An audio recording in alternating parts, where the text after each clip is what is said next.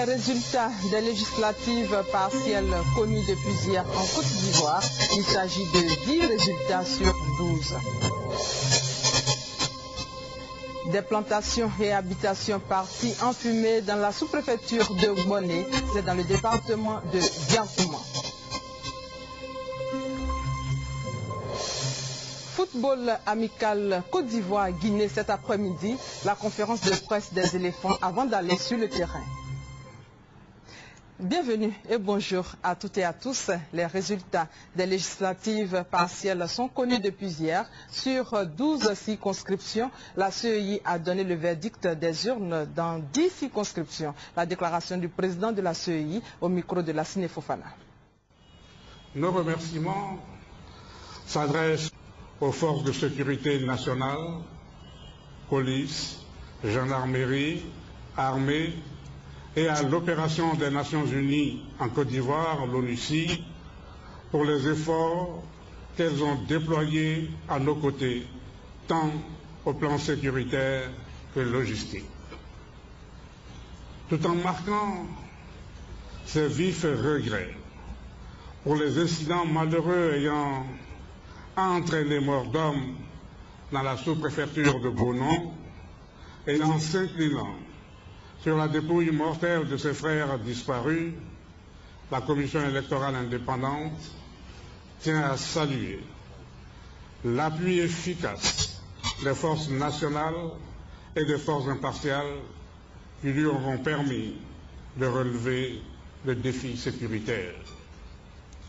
Chers frères et sœurs, au terme des travaux de la Commission centrale de notre institution, je suis aujourd'hui en mesure de procéder à la proclamation des résultats enregistrés et validés par la Commission électorale indépendante. Ceux-ci se présentent comme suit. Nombre de sièges à pourvoir, 13. Nombre de candidats, 65. Population électorale, 260 381, nombre de votants 86 032, taux de participation 39,66, suffrages exprimés 79 966. Sont donc élus pour la circonscription électorale numéro 001 à Boudé, à Tobrou, Grand Maurier, à Beauville commune et sous-préfecture, M. Molo Martin, avec 82,33 des suffrages exprimés. Circonscription électorale 028, Bouko, Bouna, commune et sous-préfecture, Mme Kaba Nialé, et M. Dassansan Tilkouété avec 87,07 des suffrages exprimés. Circonscription électorale 066, Daïri, Fresco, Guangguang, commune et sous-préfecture, M. Lobognon Alain avec 54,63% des suffrages exprimés. Circonscription électorale 084,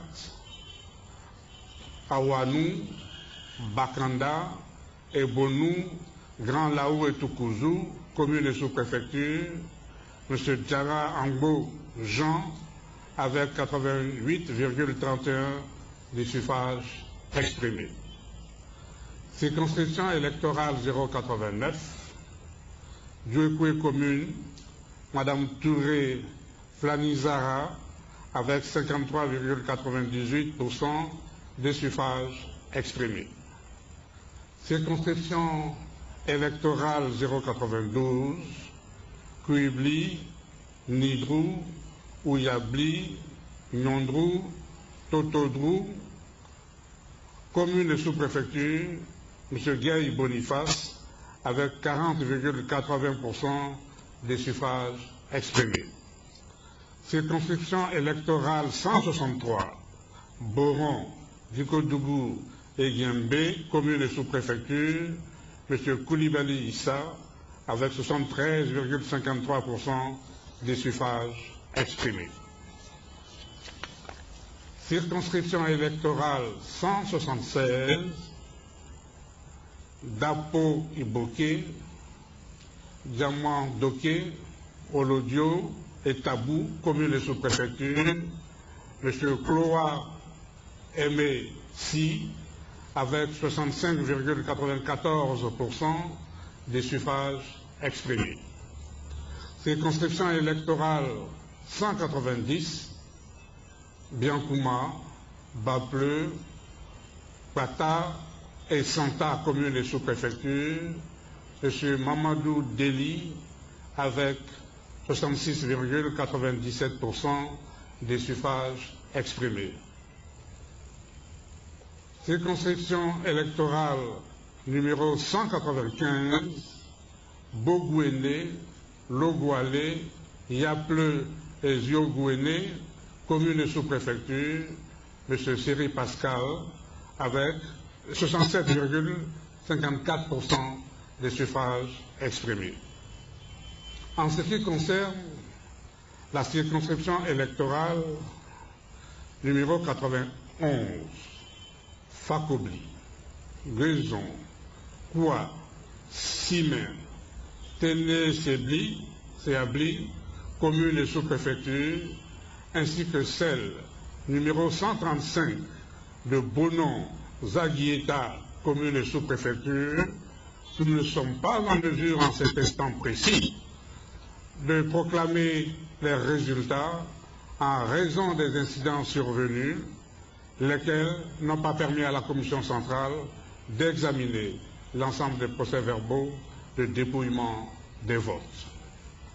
L'opération des Nations Unies en Côte d'Ivoire, l'ONUCI, s'emploie actuellement à nous les acheminer ici même à notre siège.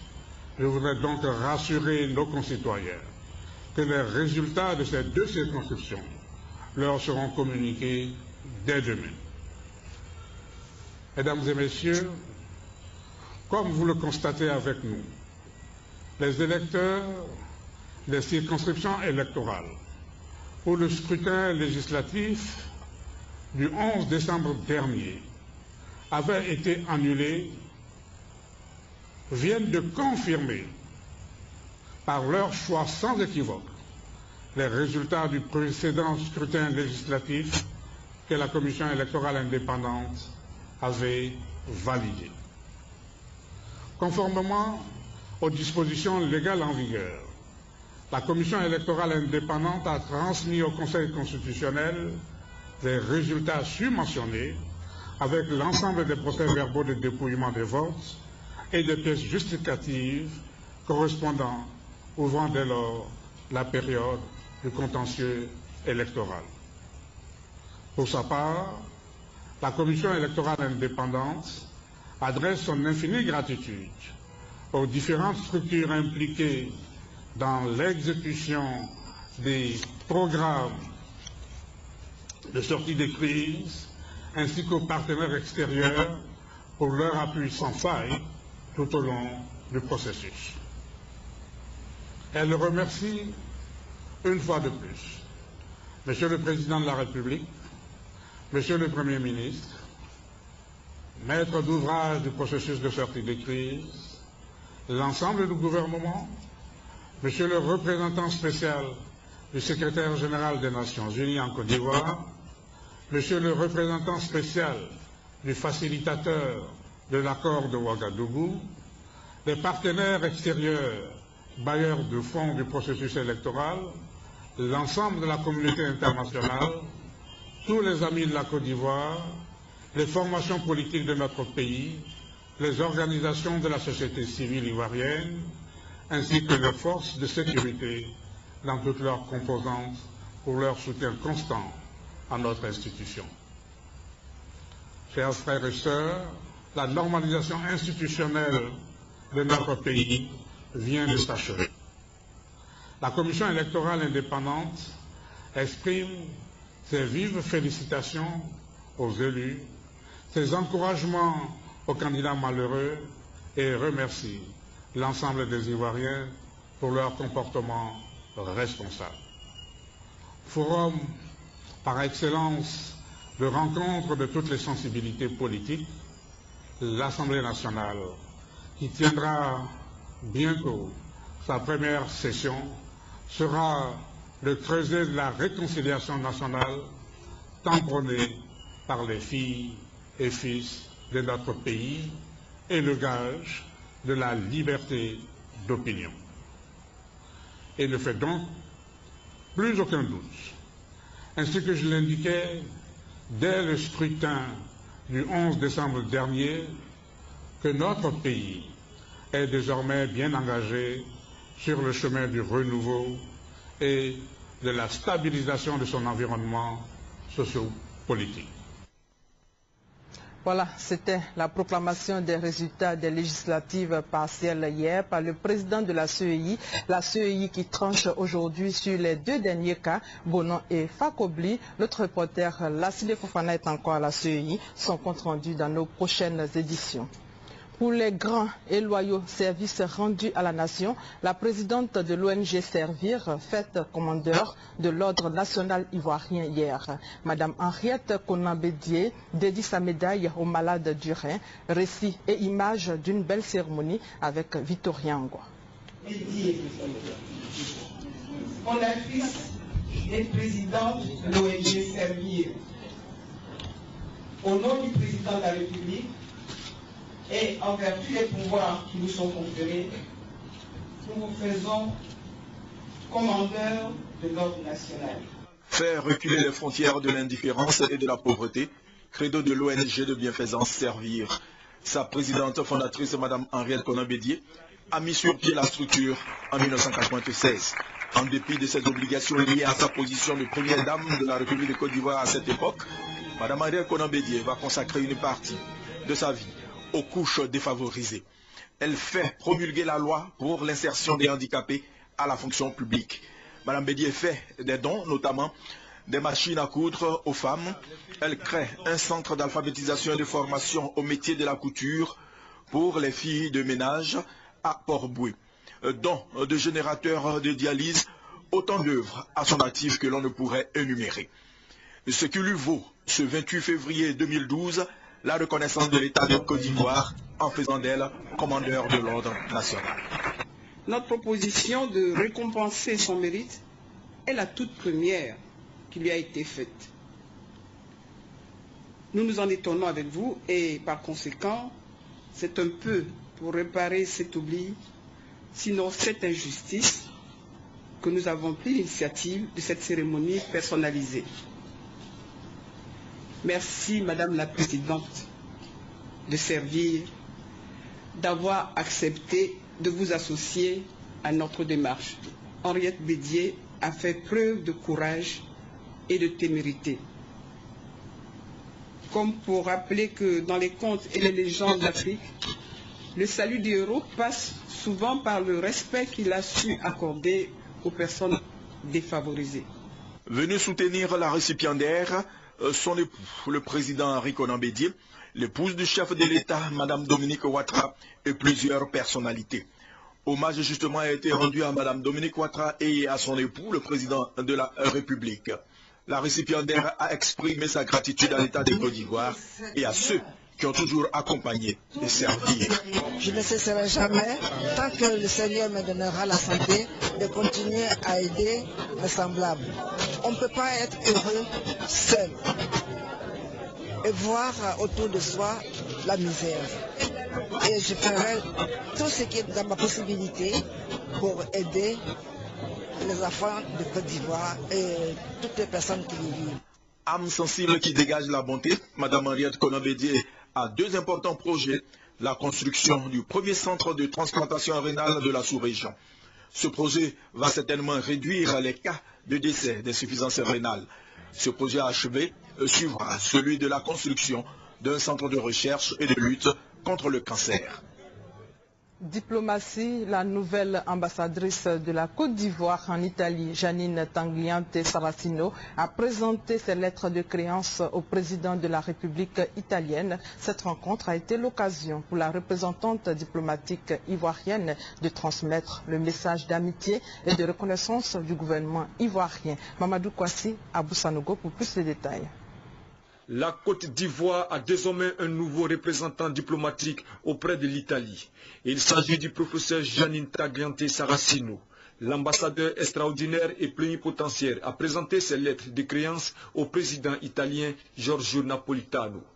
Au cours des échanges, la nouvelle ambassadrice de la Côte d'Ivoire en Italie a traduit le message d'amitié et de reconnaissance du président Alassane Ouattara au président italien pour son rôle joué dans la résolution de la crise ivoirienne. Janine Tagliante Saracino a exprimé le vœu du gouvernement ivoirien pour le raffermissement de la coopération entre les deux pays dans les domaines du développement et du renforcement de l'état de droit en Côte d'Ivoire. En réponse, le président Giorgio Napolitano s'est félicité du progrès accompli par les autorités ivoiriennes et a marqué sa disponibilité à soutenir la Côte d'Ivoire dans ses efforts en vue d'un développement harmonieux et d'une paix durable. Concernant les conflits et l'insécurité dans la sous-région, le chef de l'État italien a promis d'apporter son soutien au développement, à la consolidation de la paix et de la sécurité sur le continent africain.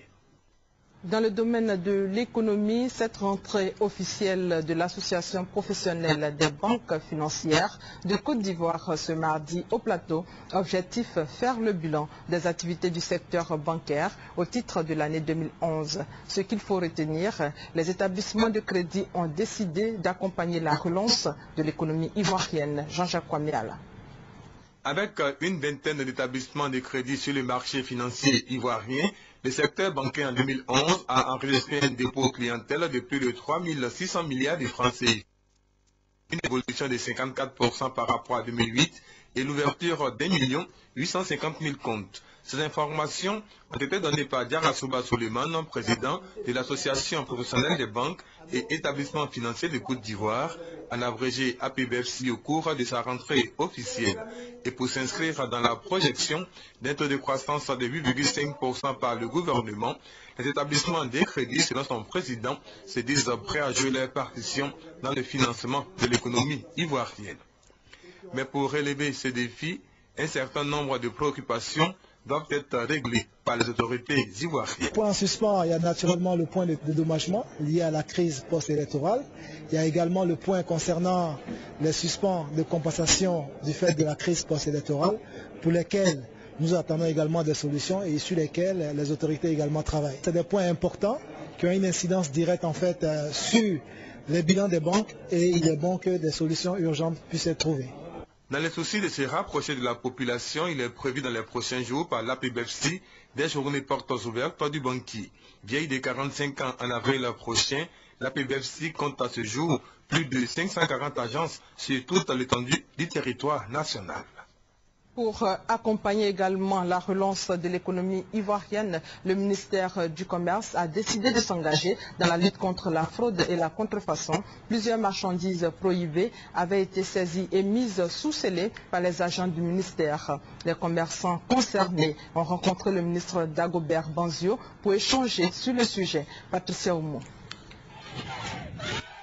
Bruyante manifestation des commerçants du marché d'Abanali dans la commune d'Adjamé au ministère du Commerce. La vice-présidente des commerçantes s'explique. Le samedi, à notre insu, ils sont venus, ils ont cassé les dépôts, eux, ils ont ramassé nos marchandises, plus de 5 conteneurs de paille pour venir ici au ministère du Commerce. Ce n'est pas la douane, c'est pourquoi nous sommes venus manifester au ministère du Commerce pour qu'on rende nos marchandises. Les commerçants et le président de la Fédération nationale des commerçants de Côte d'Ivoire, FENAXI, Soumaoro Farikou, sont invités par le ministre du Commerce pour échanger sur la question des marchandises saisies. Si le président de cette fédération décline l'offre de discussion, les commerçants de paille, elles, acceptent de rencontrer le ministre.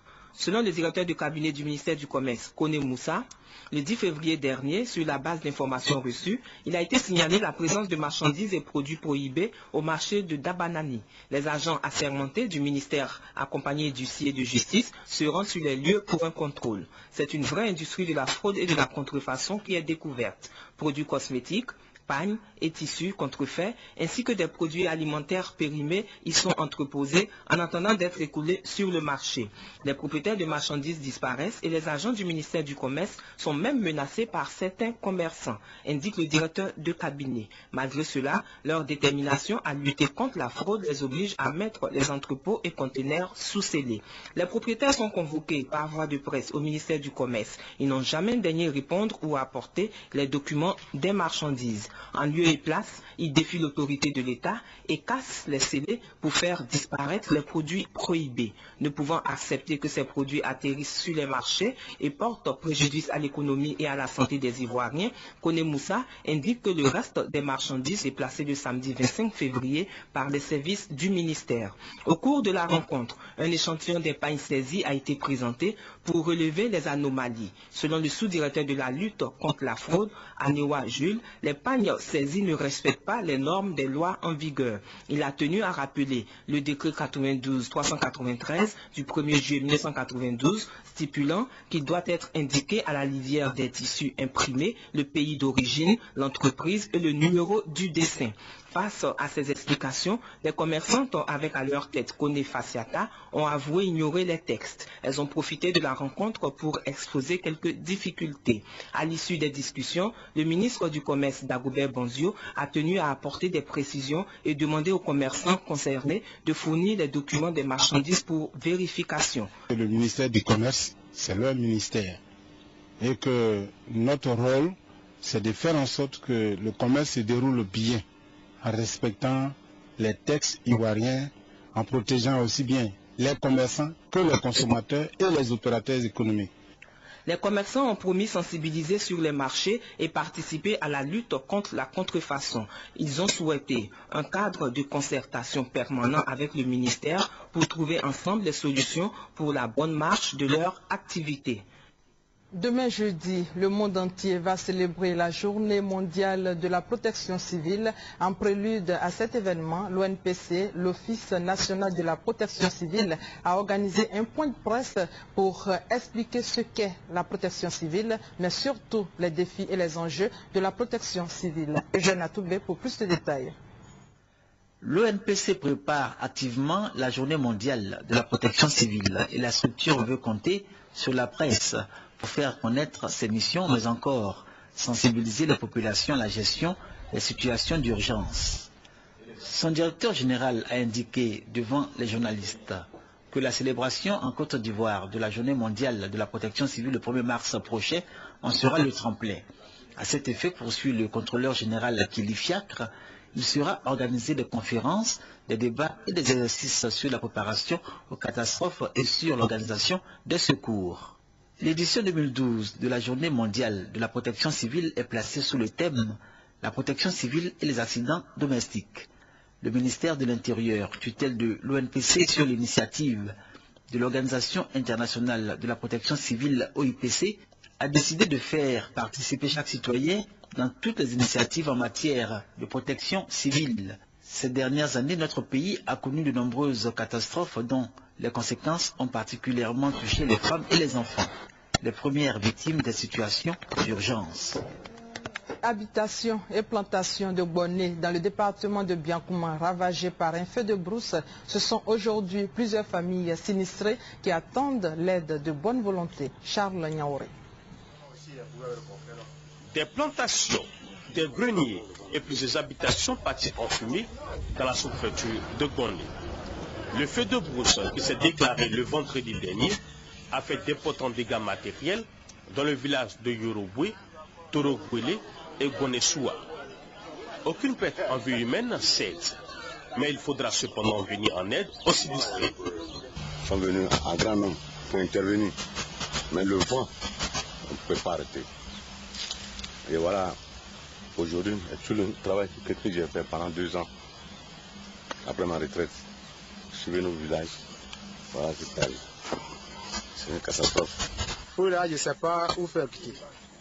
On était au campement ici, un coup net, j'ai vu derrière ces montagnes, on était au campement, on allait dans le champ de cacao, on a fait débrouiller dedans, ça n'a pas marché du tout, puis a tout brûlé. Après ça, on est arrivé au campement, puis est venu la bleue tout le campement avec tous les matériels qui étaient au campement. Pour l'heure, les circonstances exactes de cet incendie ne sont pas encore élucidées.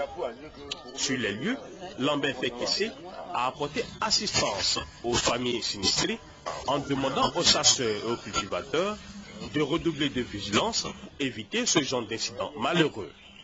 Aux bonnes volontés, le sous-préfet de Bonnet a lancé un appel à la solidarité en faveur des populations sinistrées.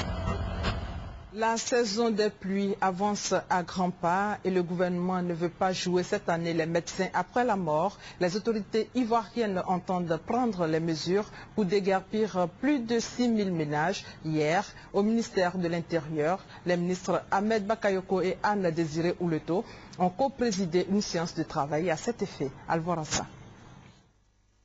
Le projet de délocalisation définitive des populations vivant dans les bassins d'orage, lits de drainage des eaux et sur les flancs des collines des communes d'Abidjan. Ce projet consiste à prendre des mesures urgentes de prévention et de gestion des catastrophes et sauver les populations vivant dans les quartiers précaires. 160 sites sont répertoriés et 75 sont localisés dans 5 communes à risque: Cocody, Abobo, Atekoubé, Adjamé et Yopougon. 15 533 ménages sont concernés. 6 000 sont dans la zone rouge parce que situés à 20 mètres de la source du danger. Et ces ménages seront déguerpis avec des mesures d'accompagnement. 150 000 francs CFA pour le paiement de leur caution à court terme. Et à long terme, tous ces sites seront déguerpis.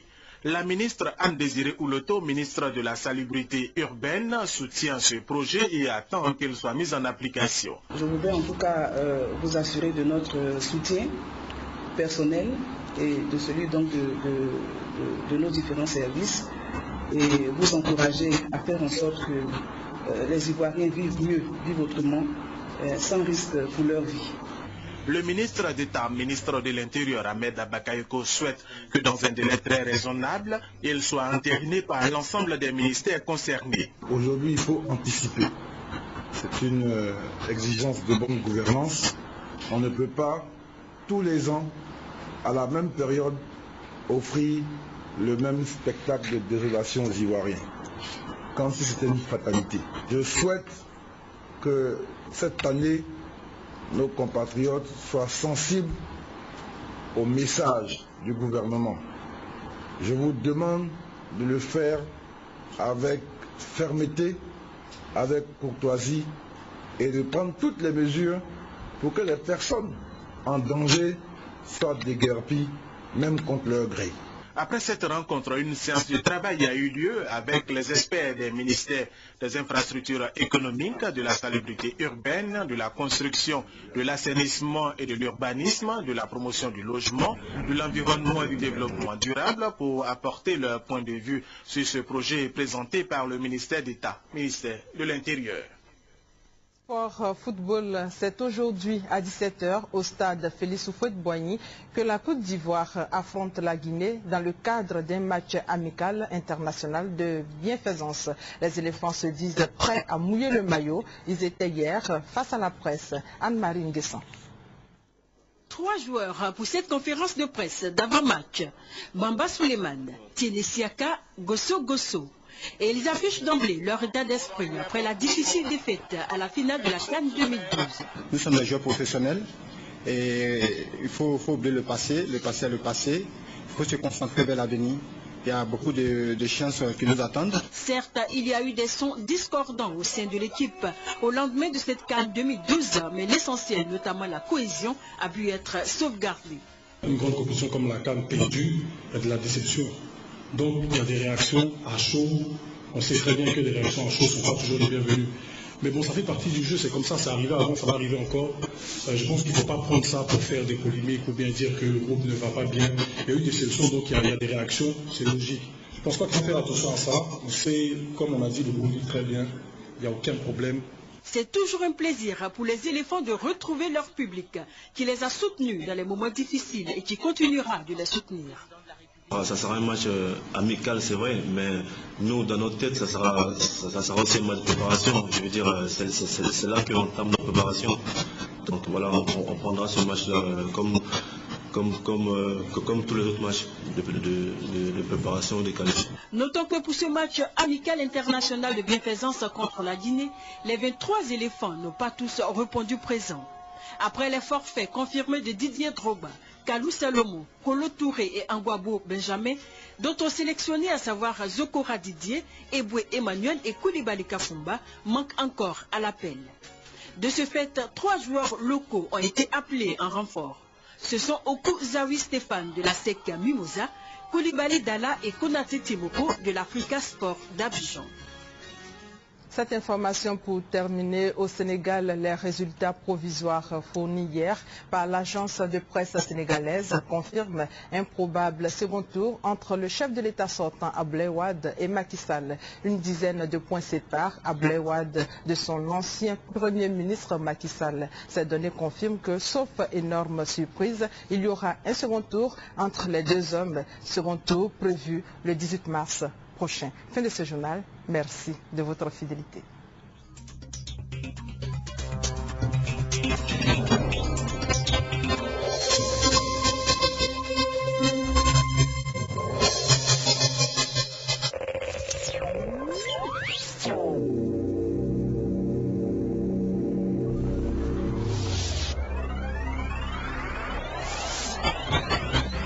Mesdames et messieurs, bonjour.